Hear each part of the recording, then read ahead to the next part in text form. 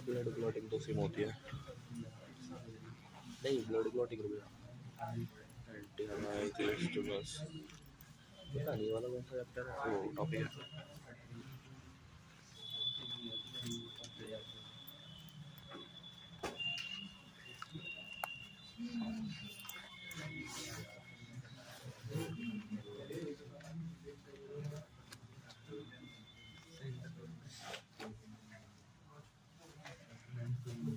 क्या हुआ बाद में बताइए।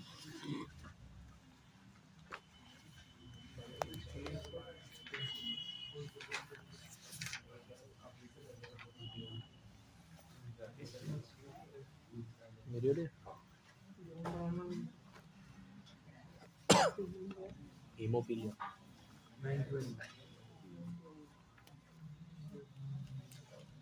हीमोफीलिया बोल दे मेरे वाले में। जब पता चलो भाई शुरू करते हैं। थोड़ा शांति बना के रखो। देखो पहले सुनना, ये आप देख रहे हो, ये मैंने 13 लिखे हुए हैं। और मेरी बात सुनना, ये जो मैंने लिखे हुए हैं ये 13 गिनतियां लिखी हुई है। इनके नाम भी अब नाम बोलूंगा, जैसे फिब्रिनोजेन, प्रोथ्रोम्बिन, टिश्यू थ्रोम्बोप्लास्टिन, इस तरीके से इनके नाम है। मेरी बात को सुनना, हो सकता है आपके समझ रहा है, क्योंकि मैं उतना सारा नहीं पढ़ाऊंगा जितना फर्स्ट टर्म में पढ़ाया था, मुझे उससे आगे बढ़ाना है, तो ध्यान से सुनना। और जितना पढ़ाऊंगा उतना ही पेपर में आएगा और किताब मैच हो जाएगी, तो सुनते रहना। ये जो आप देख रहे हो, मैंने ये 13 गिनतियां लिखी हुई है, आपको दिख रही है। और 13 गिनतियों में से मैंने सिर्फ 2 के ही नाम लिखे हैं, बाकी के नाम नहीं लिखे, वो मैंने फर्स्ट टर्म में लिखे थे। पेपर में नहीं आएंगे इसलिए मैंने नहीं लिखे, इंपॉर्टेंट होते मैं लिख दूंगा। सिंपल है, मैं टॉपिक बड़ा नहीं करना खाना। इसका भी अपना नाम है, इसका भी अपना नाम है, इसका भी अपना नाम है, बट वो सिलेबस में नहीं है, पेपर में नहीं आएगा। तुम्हें याद रखना है तो उसका नाम याद रखना है और उसका नाम पढ़ा क्या रहा है। मैं तो हीमोफीलिया पढ़ा रहा हूँ, और हीमोफीलिया के अंदर बता रहा हूँ आपको, ये 13 गिनतियां हैं, सबके अपने अपने नाम हैं।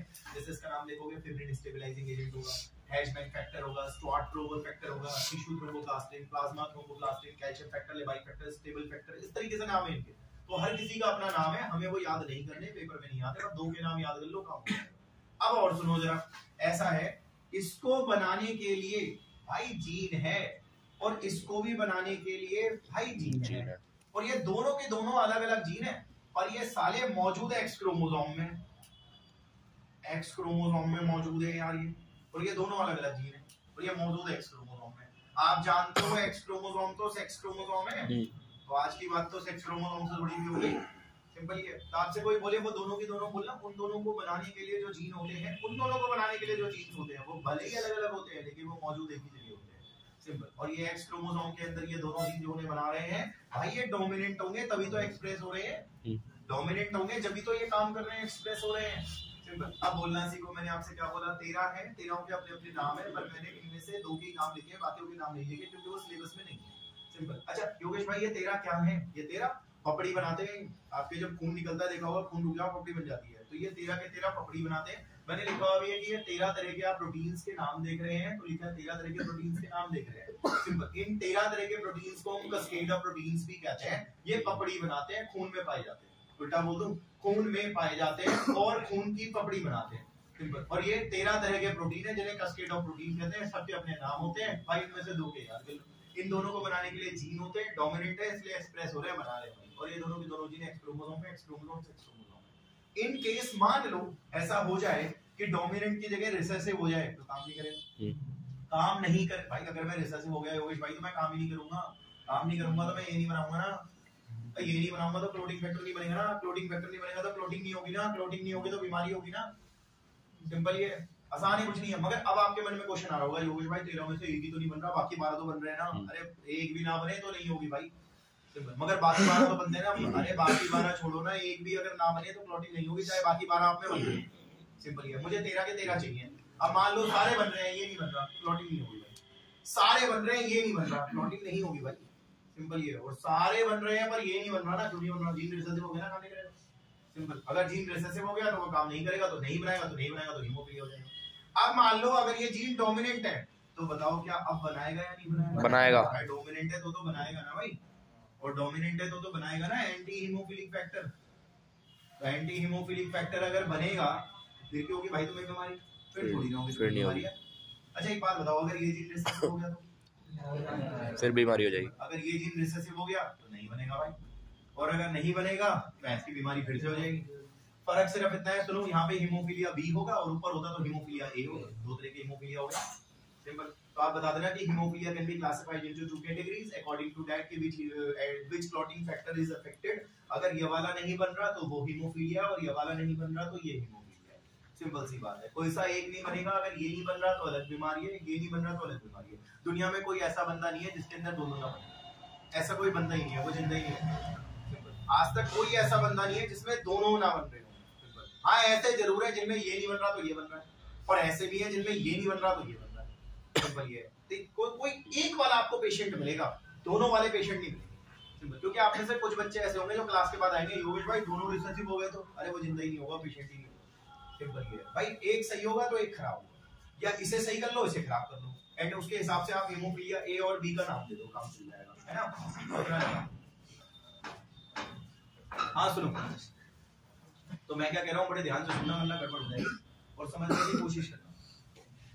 ठीक है सुनो, तो मैं कह रहा था भाई जीन डोमिनेंट है तो काम करेगा, जीन रिसेसिव है काम नहीं करेगा, नहीं करेगा नहीं बनेगा, नहीं बनेगा पपड़ी नहीं बनेगी, साला हीमोफिलिया की बीमारी होगी। अब आप बताना क्या मैं सही कह रहा हूँ, बड़े ध्यान से सुनना कि ये बीमारी तब होगी जब जीन रिसेसिव होगा। हाँ ये बीमारी डिजीज तब होगी जब जीन रिसेसिव होगा, और साला सेक्स क्रोमोसोम पे है वो जीन। शायद पहली लाइन में लिखा है, 4 शब्द पढ़ो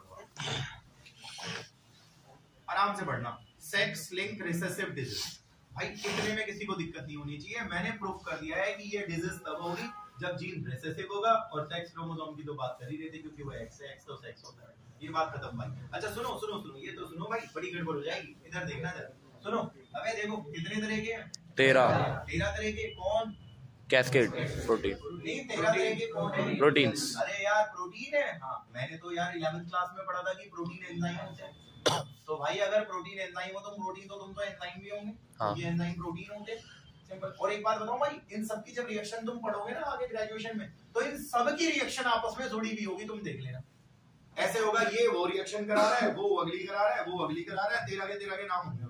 सिंपल। तो इनकी रिएक्शन जुड़ी भी होगी। तो कोई आपसे बहस करे यूके है, बोले ये क्या प्रोटीन है और एंजाइम है, एंजाइम प्रोटीन होते हैं, एंजाइम है, एंजाइम ही तो प्रोटीन ही है। सिंपल। और इनकी रिएक्शंस आपस में जुड़ी भी होती है। इस तरह के रिएक्शंस जो जुड़ी भी हो एंजाइम वाले प्रोटीन वाली, इनको बोलते हैं कैस्केड रिएक्शन या कैस्केड प्रोसेस। सिंपल। क्योंकि आप ये भी पूछ सकते हो कि कैस्केड का मतलब क्या है, तो मुझे बताना होगा कैस्केड का मतलब होता है जो जिनकी रिएक्शंस आपस में जुड़ी हुई होती है। सिंपल। जैसे ये उसको एक्टिवेट करेगा, फिर वो उसको एक्टिवेट करेगा, वो उसको एक्टिवेट करेगा, वो उसको एक्टिवेट करेगा, फिर वो उसको एक्टिवेट करेगा। इस तरीके से ये आपस में जुड़े हुए हैं भाई। सिंपल। और ये 13 तरह के प्रोटीन ही नहीं है, एंजाइम है, बल्कि क्योंकि एंजाइम ही प्रोटीन होते हैं। और इनकी रिएक्ट देखो, आप पढ़ो ना इस बात को कि ये 13 तरह के एंजाइम्स हैं, एंजाइम ही तो प्रोटीन होते हैं, तो प्रोटीन है नहीं है 13 तरह के, और इनकी जुड़ी हुई है रिएक्शन आपस में एक दूसरे से। सिंपल। इसे ऐसी रिएक्शन जो जुड़ी हुई होती है एंजाइम्स प्रोटीन्स की, उनको कैस्केड रिएक्शंस बोलते हैं, कैस्केड प्रोसेस बोलते हैं। दैट्स व्हाई मैंने वहां कैस्केड वर्ड यूज करा था। सिंपल, आसान है। और हाँ, मैं आपसे इंग्लिश में बात कर रहा था, शायद आपको पता हो, पहले हिंदी में ही बोल देता हूँ। मैंने आपसे कहा था दुनिया में कोई ऐसा इंसान नहीं है जिसमें दोनों ना बन रहे। सिंपल। कोई एक वाला होगा, ये नहीं बन रहा होगा तो ये बन रहा होगा, ये नहीं बन रहा होगा तो ये बन रहा होगा, लेकिन उसमें क्लॉटिंग नहीं हो रही होगी क्योंकि उसमें बन नहीं रहा। अब हाँ, ये नहीं बन रहा तो हीमोफिलिया है, और ये नहीं बन रहा तो हीमोफिलिया है। आप सीधा सीधा कह दो इन दिस डिजीज के अंदर कोई सा एक प्रोटीन, चाहे ये वाला हो चाहे ये वाला हो, तुम्हें तो पता ही है ना प्रोटीन है।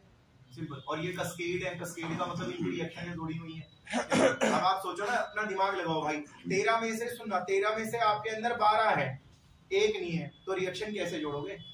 वो तो कड़ी नहीं जुड़ेगी ना आपस में। सिंपल ये तो हो नहीं पाएगा, वो सिस्टम चल नहीं पाएगा, इसलिए क्लॉटिंग नहीं हो पाएगी। तो आप ये कहोगे इन दिस डिजीज के अंदर अ सिंगल कोई सा एक जो प्रोटीन है कैस्केड है, वो बेसिकली कैस्केड में बता चुका हूं, तो वो नहीं होगा, अफेक्टेड होगा वो, तो नहीं होगा तो फिर क्लॉटिंग नहीं होगी, कट लगेगा, खून बहता रहेगा, पपड़ी नहीं बनेगी। ये लिखा हुआ है थर्ड लाइन से, को भी पढ़ना निकल जाएगी वो लाइन। कहता है इन दिस डिजीज, इस बीमारी में, देखो 3 लाइन नीचे लिखा हुआ है, इन दिस डिजीज, इस बीमारी में अ सिंगल प्रोटीन, कोई सा एक, चाहे ये ले लो चाहे ये ले लो, कोई सा एक, और वो क्लॉटिंग करा रहा है, कैस्केड का पार्ट है, ये भी लिखा हुआ है, that is a part of cascade of protein.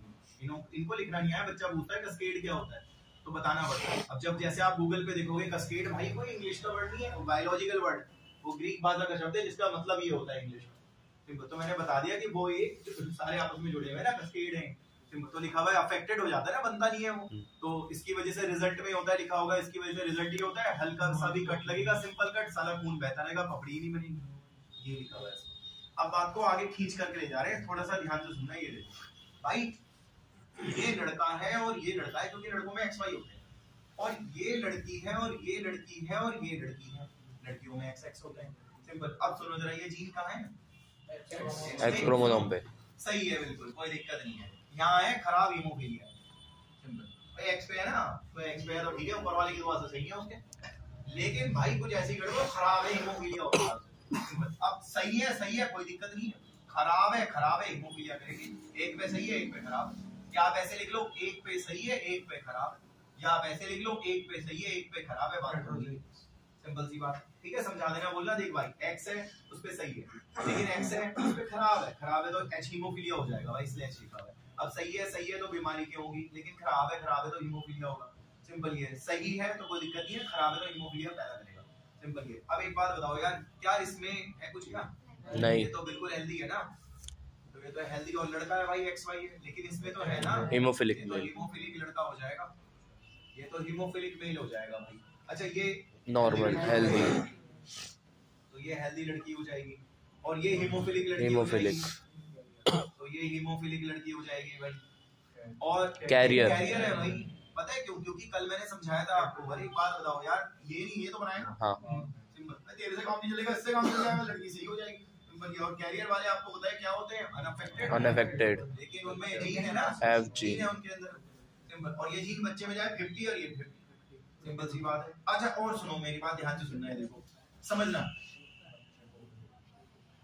ये है पति पत्नी, तो आप ये बताइए, क्या इनका ये वाला लड़का बीमार होगा? नहीं होगा। क्या इनका ये वाला लड़का बीमार होगा? हाँ, ये वाला लड़का बीमार होगा भाई। अगर आप ये ले लेते हैं तो बीमार नहीं होगा, लेकिन आप वो ले लेते हैं तो बीमार होगा, सिंपल सी बात है। तो आप ये बात कहोगे, ध्यान से सुनना, ये बीमारी मेरे को दिख रही है, ट्रांसमिट हो रही है सारे बेटों में या कुछ बेटों में? कुछ में, some of the male progeny, not all, simple. कुछ बेटों में, सारे बेटों में नहीं, वरना इसमें भी होगी, सिंपल। तो दिस डिजीज जो डिजीज है, ये ट्रांसमिट हो रही है माँ बाप से, पेरेंट्स से उसके बच्चे में, और वो भी कुछ में, सिंपल। ऐसा तब हो रहा है जब आप कैरियर ले रहे हो। अगर आप ऐसी लड़की ले लेते तो होती दोनों हो गया। लेकिन अगर आपको एक लड़का सही करना है, एक लड़का बीमार करना है, तो एक ऐसा ही लेना पड़ेगा आपको, इससे एक लड़का बीमार होगा, एक लड़का सही होगा, सिंपल ये। तो आप ये कहोगे कि ये जो बीमारी है, ये मुझे नीचे कुछ पेटों में तब दिखा है जब माँ कैरियर हो। अगर माँ बीमार हो तो कुछ नहीं, सब में ही दिखा है, सिंपल। ये लिखी हुई है पहली लाइन, जो आपने पूरी नहीं पढ़ी थी। फर्स्ट लाइन देखो, उसमें लिखी है सेक्स लिंक रिसेसिव डिजीज के आगे लिखा हुआ है, आराम से पढ़ना। विच शोज, ये बीमारी दिखती है, विच शोज इट्स ट्रांसमिशन, ये बीमारी जाती है माँ बाप से उनके बच्चों में, ठीक है, लेकिन उसके लिए अनअफेक्टेड कैरियर फीमेल होगी, उसके सम मेल प्रोजेनी में जाएगी, सम, ऐसे लिखा है। यदि unaffected carrier female, unaffected carrier female, ये लिखिए मैंने, अनअफेक्टेड कैरियर फीमेल, और इसके सम ऑफ द मेल प्रोजेनी में जाएगी भाई, सिंपल ये है, बहुत आसान है। अगर आप बेटा बीमार ले लोगे तो फिर तो ये भी बीमार और वो भी बीमार, तो दोनों ही बीमार हो जाएंगे, सिंपल ये वो स्लाइड में कह रहा है। थोड़ा आराम से पढ़ना, नहीं आ रहा पूछ लेना, ऐसी कोई बात नहीं है। तो ये लड़की अपने एक बेटे को बीमार करेगी, दूसरे को नहीं करेगी भाई, इसे देख के तो लड़का बीमार नहीं होगा, लेकिन इसे देख के जरूर हो जाएगा। अच्छा, एक चीज और, दुनिया में अगर 100% में लड़के देखूं और दुनिया में अगर मैं 100% लड़कियां देखूं, तो फ्रैक्शन डिवाइड होगा 50-50 में, हाँ, क्योंकि भाई 2 ही केस है, लेकिन यहाँ पे 3 केस हैं, तो होगा भाई 33.3, 33.3 और 33.3, सिंपल। अगर 100% लड़कियों को बांटने पे आ गए तो 33 के 3 केस बांट दो, और यहाँ पे तो 2 ही केस है, तो 50-50 बांट दे, क्या दिक्कत है। अब इस कंडीशन में आप ये बताइए, ध्यान से सुनना, हीमोफीलिया लड़के होने के परसेंटेज कितने आ रहे हैं? 50, लेकिन हीमोफीलिया लड़की होने के परसेंटेज कितने? 33.3। इसलिए आप दुनिया भर के हॉस्पिटल में रिसर्च कर लेना, सिर्फ भारत ही नहीं पूरी दुनिया के, आपको लड़के ज्यादा मिलेंगे बीमारी से ग्रस्त और लड़कियां कम मिलेंगी। सिंपल। पता है क्यों? क्योंकि हेल्दी का हिसाब हो जाएगा, हीमोफिलिक का भी हिसाब हो जाएगा, कैरियर का तो ऊपर हिसाब ही नहीं है। लड़का या तो आओ या जाओ, लेकिन लड़की में क्या, आओ जाओ और खाओ, ये साली खाई रही है और आराम से खाएगी, नीचे तो बीमार करती है, दिक्कत ही है। तो आप ये बात कहोगे कि लड़की के अंदर दिक्कत नहीं है, कि लड़की में ये बात है कि लड़की कैरियर होकर के परसेंटेज को बांट देती है, लेकिन लड़के में दिक्कत है कि लड़का या तो सही होगा या काम से ही जाएगा, लेकिन लड़की के साथ ऐसा नहीं है ना, वो या तो सही होगी या काम से जाएगी या दूसरे का समझ जाओ क्या बनाएगी, ये भी दिक्कत है। ये लिखी हुई है ये बात, उसमें आप देखो ऐसे लिखा होगा, the possibility of a female, ये लिखा होगा द पॉसिबिलिटी, ये पॉसिबिलिटी कि लड़की बीमार हो हीमोफीलिया हो से, ये रेयर होता है। ये भाई आपको दिख रहा होगा बोर्ड पे, the possibility of female become haemophilic is very कम।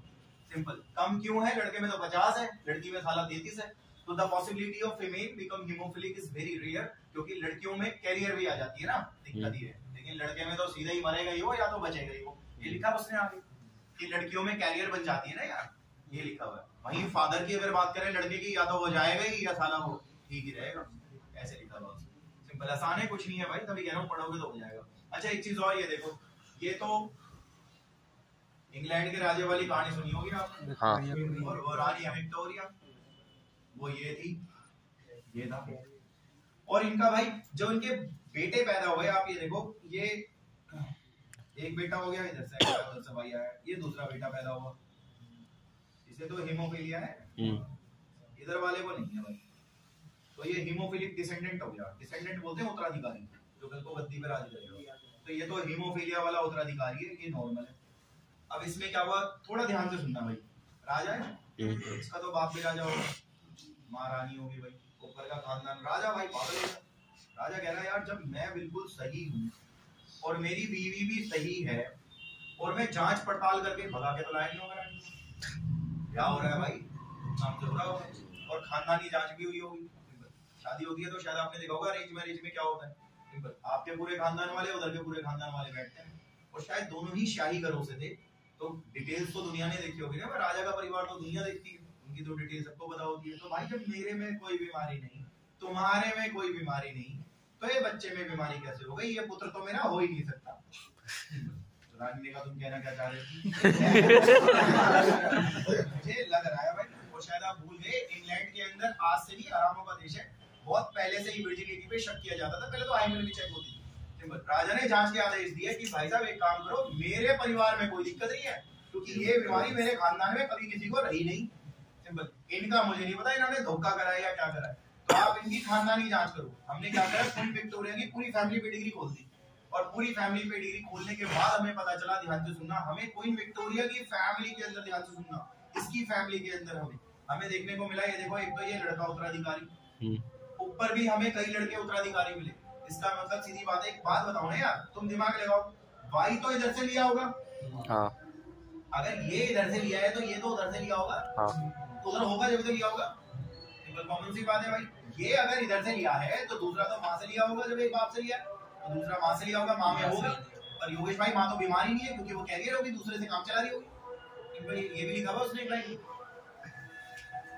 आप देखो एक लाइन में लिखा है द फैमिली पेडिग्री, ऐसे लिखा हुआ लिखा है भाई, फैमिली पेडिग्री के आदेश दिए थे, वो फैमिली पेडिग्री हुआ था क्वीन विक्टोरिया, तो लिखा हुआ है उसमें कई सारे मेल उत्तराधिकारी पीड़ित दिखे बीमारी से, लिखा हुआ है मेल डिसेंडेंट्स दिखे थे उन्हें। She was the carrier of this disease, ये लिखा हुआ, बाद में पता चला कि वो कैरियर है। मुझे एक बात बताओ यार, ये हेटेरो है होमो है? हेटेरो है, ये होमो है ना, दोनों सेम है, और ये भी होमो है, दोनों सेम है, पर ये हेटेरो है। आपको पता है हेटेरो वाले कैरियर बीमार नहीं होते, लेकिन उनके बच्चों को बीमारी दे रहे हैं अपने लड़कों को, ये भी तो लिखा था बीच में कि हेटेरो वाली फीमेल जो है वो कैरियर होती है, वो बीमार तो नहीं है, लेकिन नीचे अपने बेटे को तो बीमार कर रही है ना, ऐसे लिखा था। तो आप देख रहे हो ना, हेटेरो वाली कैरियर है, अनअफेक्टेड है, लेकिन नीचे बेटा तो बीमार कर दिया ना अपना, ये लिखा हुआ उसने। तो ये बात आपकी यहाँ से खत्म हो जाती है। किसी चीज को देखते हुए देखो, ये भी देखना, आधी लाइनें वैसे भी खत्म हो जाएंगी। ये देखो, सुनो, ये लड़का है, ये लड़का है, ये लड़की है, ये लड़की है और ये लड़की है। अरे इससे पहले जो आपने ये 2 केस बताए थे हीमोफीलिया से संबंधित थे, और ये 3 केस जो थे ये भी हीमोफीलिया से संबंधित थे, सेम भाई कलर ब्लाइंडनेस में भी यही है, बस आपको कलर ब्लाइंडनेस के लिए सी बी लिखना पड़ेगा। कलर ब्लाइंडनेस के लिए आप यहाँ पे सी बी लिख दीजिए, आपका काम हो जाएगा। और ऐसे ही बना सकते हैं, ये दोनों ठीक है, कोई बात नहीं।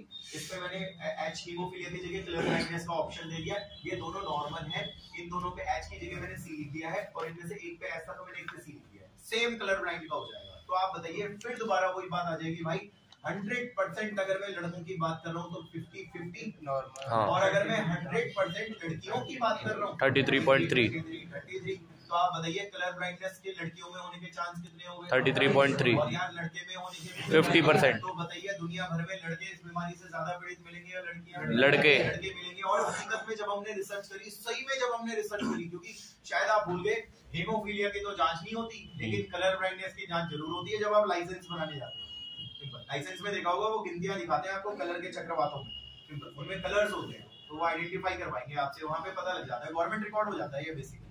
सिंपल, ये तो डाटा इकट्ठा हो जाता है। जब हमने पूरी दुनिया का हिसाब खोला तो हमें पता चला लड़के 8% और लड़कियां 0.4% है। देख लो, लड़कियां कम है, लड़के ज्यादा है। सिंपल, ये इस पूरी दुनिया की बात करो, पूरे वर्ल्ड पॉपुलेशन में पेशेंट्स जो इसके देखोगे वो 8% होंगे, लेकिन जो लड़कियां पेशेंट होंगी वो 0.4 होंगी, 0.4, वो 8 है। सिंपल। योगेश भाई ज्यादा है ना? हाँ तो ज्यादा है ना भाई, लड़कियों में होने की संभावना कम थी ना भाई।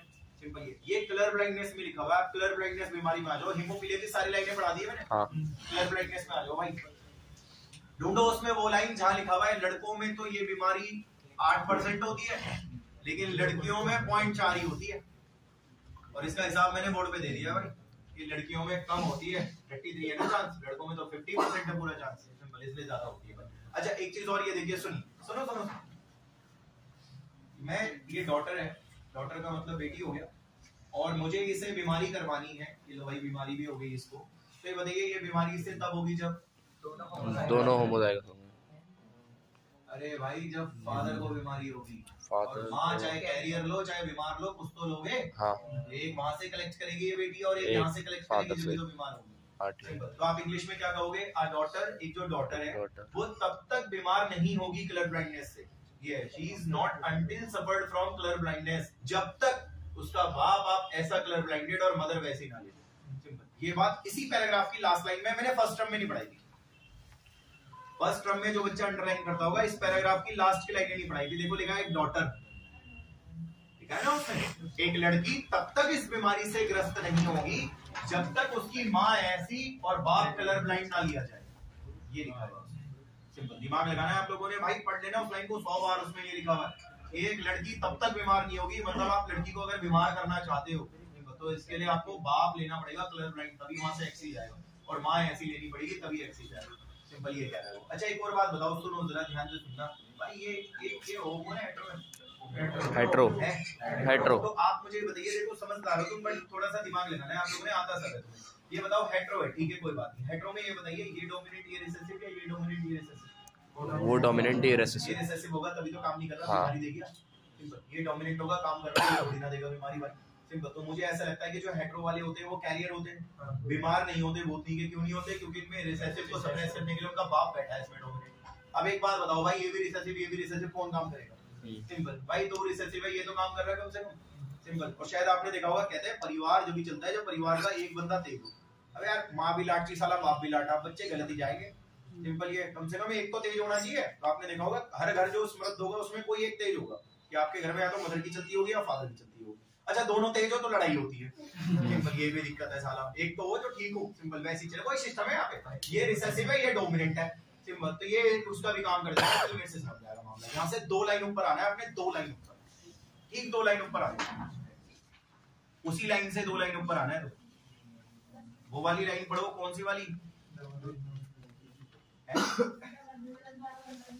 आधा मदर वाली 2 लाइन ऊपर है वो, द मदर आगे is not herself colour blind नहीं है, ये माँ बीमार नहीं है। क्यों नहीं है ये बीमार? जबकि रिसेसिव है तब भी बीमार नहीं है, क्योंकि उसको छुपाने के लिए बगल में डोमिनेट है जो उसकी जगह काम कर देगा। हाँ। तू बीमारी करेगा, मैं थोड़ी ना करूंगा, मैं बचा लूंगा।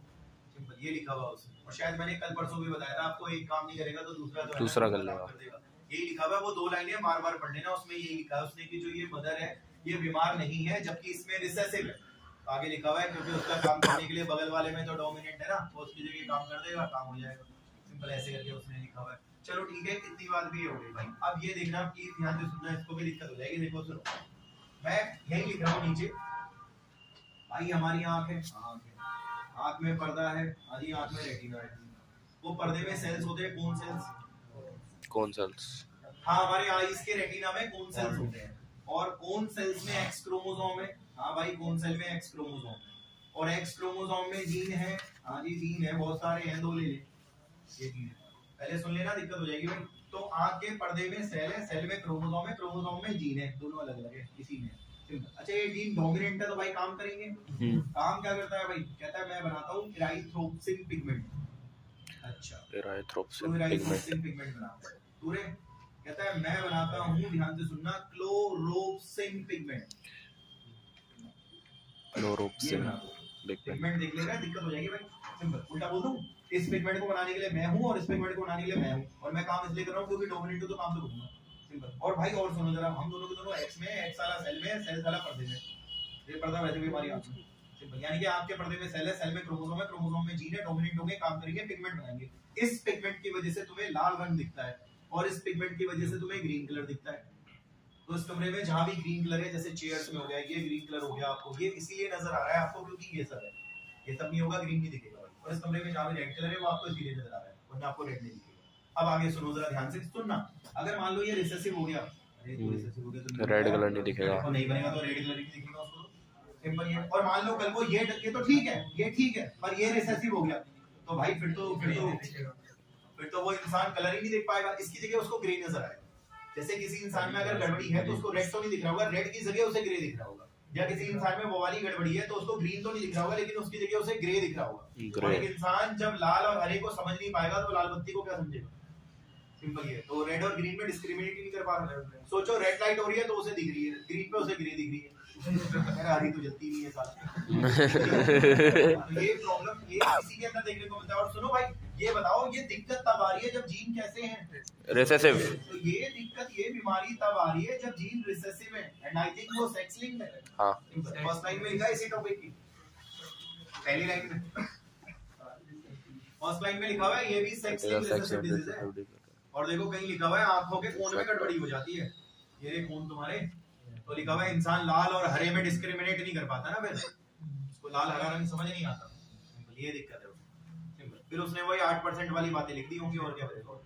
सिंपल ये। अच्छा एक बात बताओ, कुछ बातें मुझे बताने की जरूरत नहीं है क्योंकि उससे आपका काम चल जाएगा। आपको पता है लड़के में कितने एक्स है? एक ही एक्स है, या तो वो सही है या खराब है। और लड़की में तो 2 एक्स है। सिंपल। जिसकी वजह से क्या होता है, वो खराब होने के बाद भी सही हो जाती है। दिक्कत है क्योंकि वो दूसरे वाले से काम चल जाएगा ना। ये कुछ लाइन नीचे लिखा हुआ है, मेल्स हैव करके लिखा होगा, देखो male have only X chromosome. भाई जो लड़का होता है उसपे बेचारे पे एक ही एक्स होता है, लेकिन लड़की पे तो 2 होते हैं। ये लिखा हुआ उसमें, ठीक है, आसान है, कुछ नहीं है। अच्छा ये बताओ, ध्यान से सुनना,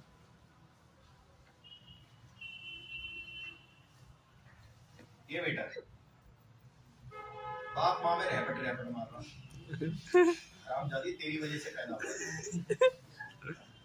आपने वो वाला क्वेश्चन करा है जिसमें लिखा हुआ है कि एक लड़का होने का जिम्मेदार बाप होता है? हाँ, माँ नहीं करा है, बड़ा होगा उसके बाप भाई देता है, लेकिन कलर ब्लाइंड होने की जिम्मेदार तो माँ है। ये मैंने थोड़ी ना दिया है, ये तो तूने दिया है ना। ये क्वेश्चन है, ये क्वेश्चन शायद आपने रिप्रोडक्शन वाले चैप्टर में करा होगा कि इन अवर सोसाइटी वुमेन ब्लेम पैदा हुआ है। मैं ये ब्लेम नहीं कर रहा कि मेरा लौंडा पैदा हुआ है, वो तो मुझे फक्र है मेरा लौंडा हुआ है। ये जो रंगों का अंधापन दिया है दिक्कत ये है भाई। केस के बाद लिखा हुआ है, देखो पढ़ो, कहता है जो सन के आगे क्या लिखा हुआ है? The son of a woman who carries. Woman जिम्मेदार है ना, मैं थोड़ी ना जिम्मेदार है। ये एक्स ही तो उसने वुमन से ही लिया होगा ना। हां 50% यही कह रहा है वो आपसे। सिंपल। और अगर वुमन रही ऐसी, क्योंकि वुमन ऐसी रहती तो आप लाते ही नहीं, या थोड़ी ना करोगे। जब उसे बोलो कि भाई मेरे को वैलेंटाइन डे पे लाल फूल दे रहे, उसे दिख नहीं रहा, वो तो गिर गया। ऐसी बीवी तो आप लाओगे, डिफेक्टेड तो कोई नहीं लाएगा ना भाई, देख के लाओगे, और देख के गलती से लिया है तो होता। तो मुझे ऐसा लगता है 50% चांस थे बीमार होने के और 50% थे सही होने के।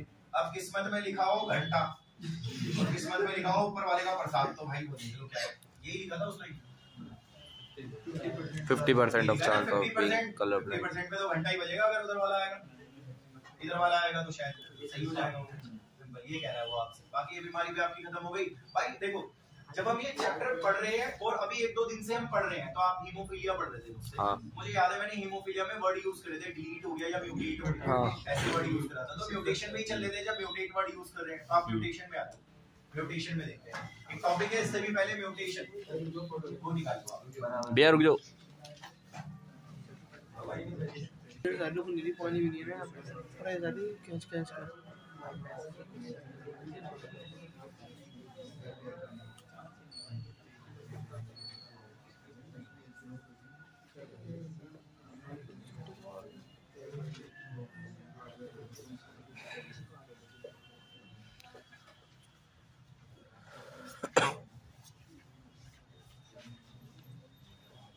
यार मुझे पेडिग्री चाहिए, पेडिग्री अभी तक नहीं आई। यही बाद में सीख लियो।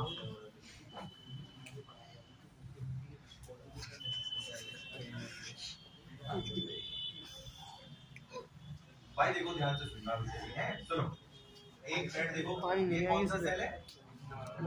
अच्छी बात है, आपको पता दिख रहा है ये नॉर्मल सेल है। और नॉर्मल सेल में क्रोमोसोम में जीन है। ठीक है, पहले सुन लेना। कोई आपसे बोले गुरुजी नॉर्मल सेल है, नॉर्मल सेल में क्रोमोसोम है, क्रोमोसोम में ABCD 4 जीन है। सिंपल ये। तो ठीक है भाई, वो 4 जीन आपको नजर आ रहे हैं, ABCD 4 जीन हो गए क्रोमोसोम में और नॉर्मल सेल में। अब ये बताइए, क्या ये दोनों सेल दिखने में एक जैसे हैं? हाँ, ये दोनों दिखने में एक जैसे हैं। इनके तो क्रोमोसोम और जीन भी एक जैसे हैं। तो इनके बीच में कांटेक्ट बनेगा, क्योंकि इसका सेम तो इंटरेक्ट होगा, इसका सेम तो इंटरेक्ट होगा, इसका सेम तो इंटरेक्ट होगा, इसका सेम तो इंटरेक्ट होगा। ये आपकी जेनेटिक्स में ही है अंदर ही, तो इसलिए हमारी प्रवृत्ति भी ऐसी है। अब इसको समझ रहे हैं। देखो, ये आपका घर है, ये पड़ोसी का घर है। बताना क्या है? सुनो,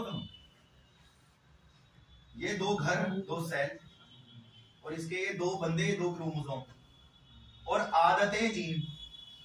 ऐसे कंपेयर कर दो। ठीक है, ये 2 घर हैं भाई, 2 सेल है। ठीक है भाई, 2 सेलों को 2 घर से कंपेयर करा गया है। जैसे लिमिट पॉपर हाइपोथेसिस पढ़ते थे, कंपैरिजन करते हैं, उसी तरीके से बता रहा हूं, जल्दी समझ आ जाएगा। 2 सेल है, ठीक है, 2 घर है, उनमें 2 क्रोमोसोम है, घर में 2 बंदे हैं, उनमें जीन है, इनकी आदतें। अब सुनो, ध्यान से सुनना, ध्यान से सुनना। सुबह 5 बजे चला गया छत पे, और सुबह 5 बजे छत पे चला गया। यार आदत तो बहुत अच्छी है, वो शायद आपने, अगर आप लोग थोड़ा सा वैसे हो तो देखो, मैं दोनों रिलीजन की बात कर लेता हूँ। इस कमरे में जो बच्चा मुस्लिम है, उसको पता है सुबह 5-4 बजे की नमाज बाकी नमाजों से ज्यादा इफेक्टिव होती है, क्योंकि वो टाइम होता है जिसमें हमारा माइंड सबकॉन्शियस होता है। और सबकॉन्शियस माइंड से साइंस कहती है जो हम मांगते हैं वही हमें मिलता है, क्योंकि मैनिफेस्ट हो जाता है। सिंपल ये। हिंदू धर्म की बात करते हैं, ब्रह्म मुहूर्त का समय होता है। हाँ, ब्रह्म मुहूर्त, अगर किसी ने सुना हो तो सुना है। ये ब्रह्म मुहूर्त का समय होता है। इसमें इंसान आधा होश में होता है और आधा बेहोश होता है, क्योंकि वो नींद में उठा होता है, प्रॉपर्ली वो आया ही नहीं होता अपने फ्लो में। सिंपल। और उसे बिना चाय पिए पूजा करनी होती है। सिंपल ये। कोई चाय वाय कुछ नहीं, उठ के सीधा ऊपर वाले का नाम लेना है आपने, क्योंकि आपने चाय पी ली तो आपकी नींद हट जाएगी ना भाई। हाँ। सिंपल ये। तो ये चीज होती है, और बिना खाए ऊपर वाले को याद करना होता है। ये दोनों में है ये। सिंपल ये। और भाई आप चले गए, अब आगे सुनो जरा ध्यान से। ठीक है, मेरे को लगता है कि ये आदत सही है। आओ एक चीज को और देखते हैं, जरा ध्यान से सुनना। मैं दोनों को सेम रिलीजन का कर देता हूँ। सपोज दोनों को सालों को या तो मुस्लिम बना दो या हिंदू बना दो, कैसे कर लो। चलो एक पल के लिए मैं दोनों को हिंदू बना देता हूँ। आप बताना, सुबह 5 बजे ऊपर चला गया छत में, 5 बजे चला गया, टिंग टिंग टिंग घंटी बंटी बजाने लग गया भाई। ठीक है भाई, कोई बात नहीं। इसने उसको देखा, उसने उसे देखा, कह रहा भैया तुम घंटी बजा रहे हो, घंटा नहीं बजा रहे। वो कह रहा सेम टू यू भाई, तो जो भी है भैया हो गया। ठीक है, इसने उसको प्रसाद दे दिया, उसने उसको प्रसाद दे दिया, भैया ठीक है, हो गया काम, कोई बात नहीं। अब बताइए, ध्यान से सुनना, क्या अब चल पाएगा? ये देखिए जरा, ABCD 4 जीन है, इसमें कर रहा हूं मैं म्यूटेशन। म्यूटेशन होने की वजह से ABCD की जगह पता लगा मैंने एक बढ़ा दिया, या फिर मैंने BCD के यहाँ पे मैंने जो है एक और जीन डाल दिया, E डाल दिया, सिंपल ऐड कर दिया मैंने इसमें। तो बताइए क्या वैसे ही नहीं बदल गया? ये बदल गया। कल को पता नहीं क्या बुद्धि हो गई इसकी, पता क्या बुद्धि हुई? सुनो, ये सुबह 5 बजे छत में जाता है और ऊपर वाले को याद करता है। ये सुबह 5 बजे छत में जाता है, चिकन का कटोरा लेके बैठ जाता है। ये भाई वो घंटी बजा रहा है, डिंग डिंग डिंग डिंग, चिकन का पेट रहा है। वो कह रहा ओम नमः शिवाय, वो कह रहा ओम चिकन देवाय। भाई साहब ये तो दबाने में दबाव बढ़िया करके वो भाई आप बता दो क्या ये उसे प्रसाद नहीं देगा? अगर दे दिया तो आप सोचो ना क्या वो किस मुंह से खाएगा? साला प्रसाद लिया शुद्धि कराना बड़ी दिक्कत है। और प्रसाद गलती से दे दिया और उसने उस कटोरे में डाल के तेरी चिकन आज तो सारा मीठा चिकन आ रहा है। मुझे नहीं लगता कि इनकी आपस में बन पाएगी। और शायद मुझे लगता है सुबह जब ये जाएगा वो चिकन लपेट रहा है, ये ऊपर वाली गड्डी लपेट रहा है, वो चिकन लपेट रहा है, मुझे लगता है ये उससे बात भी करेगा।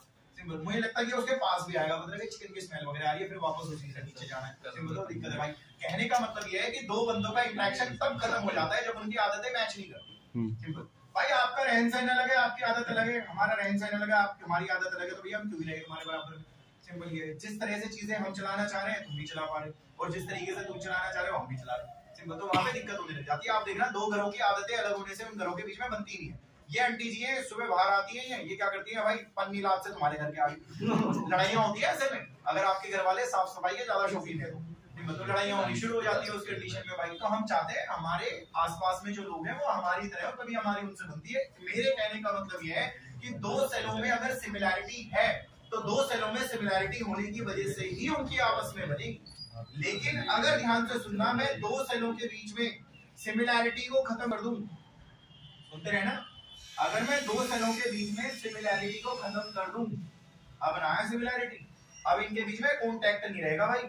सिंपल ये। अच्छा अब ध्यान से सुनना, ये तो नॉर्मल है। हाँ योगेश भाई मैं तो आज भी नॉर्मल हूँ, एक बंदा तो आज भी वैसा ही है, वो सुबह 5 बजे जाके आज भी पूजा कर रहा था, तो दूसरा वाला बदल गया, उसने चिकन खाना शुरू कर दिया।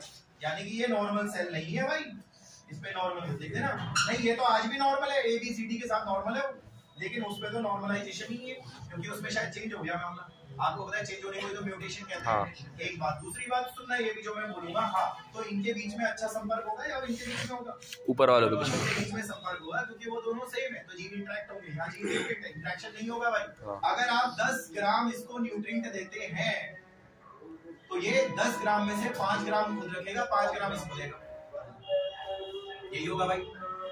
अगर हम 10 ग्राम इसको न्यूट्रिशन देते हैं, ये 10 का 10 रखेगा। सिंपल ये। शायद वो प्रसाद की थाली लेके ऊपर गया, बगल वाला भी घंटी बजा रहा था तो उसने आधा प्रसाद उसको दे दिया। सिंपल ये। शायद वो भी प्रसाद की थाली लेके ऊपर गया था और उसने दिया नहीं था चिकन देख आधा, तो यहाँ प्रसाद सारा बच गया ना। आप बताइए फिलहाल खाना ज्यादा, सुनो आपने इसको खाना कितना दिया? 10। मगर है उसपे कितना? 5। आपने इसको खाना कितना दिया? 10। और अब उसपे कितना है? 10 ही है। 10, जिसकी वजह से ध्यान से सुनना, ये क्या करेगा? ग्रोथ ज्यादा बढ़ेगा, जल्दी बढ़ेगा। अगर आप इसको ना अभी देखना, अभी मैं तुम्हारे दिमाग की सोच में सुधार दूंगा, इसको भी सुनना भाई। अगर आप 10 ग्राम इसको दे रहे हैं तो क्या होगा? 10 रखेगा अपने पास ही। नहीं, ये कौन सा सेल है? नॉर्मल है। इसका उससे संपर्क है नहीं, और इसका बाकी से तो होगा। हाँ ये प्रसाद पड़ोसी को नहीं देगा, फिर किसी और को तो देगा। हाँ उसपे तो हुकूमत चलती होगी घर के सदस्यों पे, पड़ोसी पे नहीं चला पाओगे, उसका चिकन नहीं बंद करा सकते, घर वालों को तो बंद करा दोगे। वहाँ तो बटेगा ही, तब भी उसकी तो छोड़ो तुम।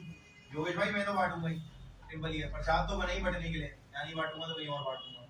लेकिन भाई ये इसका क्या करूँ मैं? इसको 10 ग्राम दोगे, वो तो किसी कोई उससे लेगा ही नहीं। आप सोचो चिकन वाला बंदा आ गया, वो बगल वाले को बुला रहा है, प्रसाद ये चिकन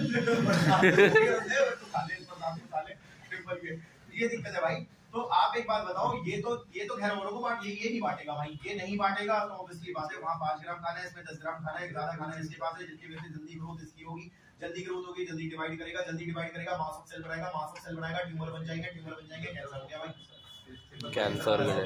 अब आप बताना, नहीं ये भी छोड़ो, मैं आपको सीधी लाइन पढ़वा दूंगा। ये बताओ क्या क्रोमोसोम में छेड़खानी करी थी? हाँ इंग्लिश में क्रोमोसोमल एबनॉर्मैलिटी करी थी आपने, क्रोमोसोम में छेड़खानी करी थी, इसे क्रोमोसोमल एनोमली भी बोलते हैं। सिंपल, आपने क्रोमोसोमल एनोमली यानी कि एबनॉर्मैलिटी करी थी, जिसकी वजह से आपने कैंसर कर दिया। सिंपल, ये लिखा हुआ है भाई म्यूटेशन का सेकंड पैराग्राफ, जो मैंने नहीं पढ़ाया था फर्स्ट में। म्यूटेशन का सेकंड पैराग्राफ है, लास्ट की लाइन पहले पढ़ लो। लास्ट लाइन में लिखा हुआ क्रोमोसोमल एब्रेशन, यानी कि क्रोमोसोम में गड़बड़ी करवा देगा तुम्हें कैंसर, ऐसे लिखा हुआ है उसमें।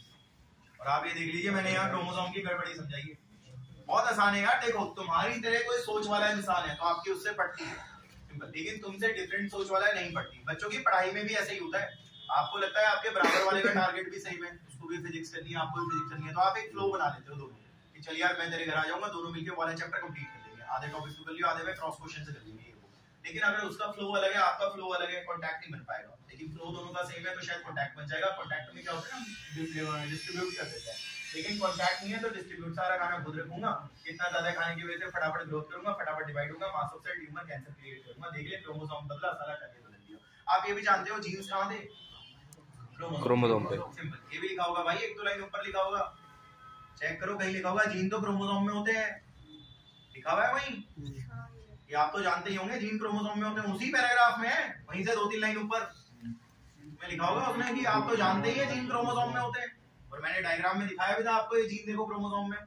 सिंपल, 1 मिनट सुनो तो, ध्यान से सुनना, गड़बड़ हो जाएगी। ये देखो, इससे मिलो जरा, ए बी और सी और डी, और इससे मिलो आप ए बी सी और डी। अब एक बात बताओ, अगर मैं इस ए को तोड़ के इसमें घुसेड़ दूं तो बताइए क्या करा आपने? डुप्लीकेशन, डबल हो गया। और वहां क्या करा? डिलीशन। सिंपल, ये यहाँ पे क्या करा आपने? इंसर्शन और डुप्लीकेशन।